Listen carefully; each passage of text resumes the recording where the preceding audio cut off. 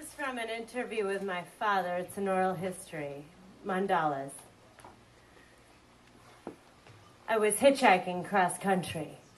I think I was 18, so it had to be maybe 1971.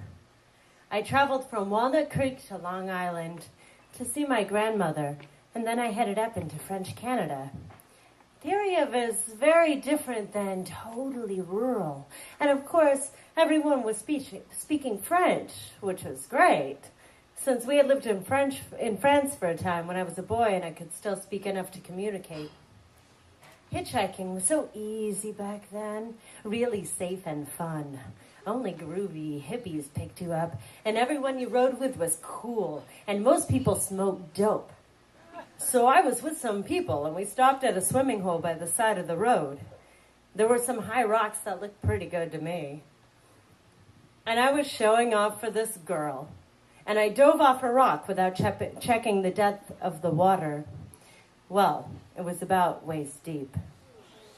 I slammed right into the riverbed. When I came out of the water, my head was bent to the side, like at a 45-degree angle, and it was stuck there, literally. I couldn't move it. You could tell I'd really messed myself up. The people I was with got kind of scared, and they had to move on anyway. So they took me to the nearest mountain village and left me outside the local doctor's office. He was just a country doctor, and I believe I was a little beyond him. He gave me Tylenol. My Aunt Donna was living down in Chicago, so I decided to hitchhike there to get help. I was on the Trans-Canadian Highway when this guy picked me up in a van, and he was on his way to an ashram right near the U.S.-Canada border, so of course I went with him, and it was fantastic. We lived together in a rustic home and a barn. The men worked the orchard, and the women cooked and cared for the goats. In the afternoon, we all meditated in the same space. Each person was seeking his or her own plane in the universe, and our paths all intersected on that farm. Everyone was expected to pull their own weight at the place. I couldn't go out to work with the men because of my neck being stuck sideways. So they asked me to stay behind and paint the outhouse. That's what I did for days. And, you know, I really liked it. I felt like I was working out some heavy karma by painting this shitter white. And they couldn't believe what a fine job I did on it. I guess they didn't expect that from me. I wanted to hang out to see what I would learn. But I met a cute girl there, and we fooled around a little bit.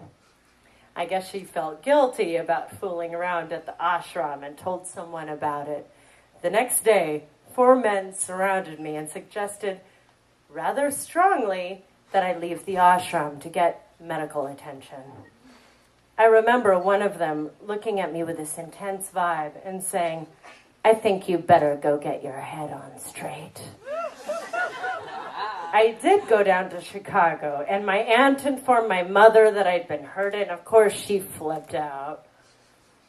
I had to return directly to Walnut Creek. I don't remember ever seeing a chiropractor about my neck, but it did eventually unbend. I don't know how long it was after that accident when I had my first seizure, but I was in Berkeley.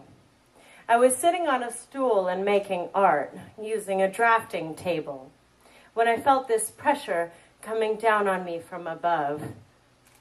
The pressure knocked me off the stool and held me on the ground.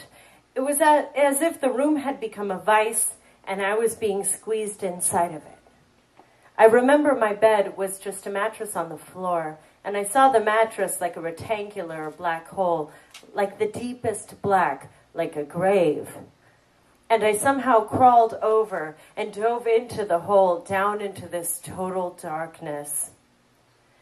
After that, it was different. I always know I'm going to have an epileptic seizure. because I see a light off to one side in my peripheral vision. It is the most beautiful light, all colors of the spectrum, like a mandala.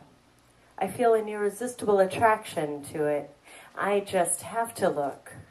And when I look, I go into a seizure. And then it's black until I regain consciousness. If I can resist looking, I know I can avoid the seizure. But the light is just so incredibly beautiful, like looking at God.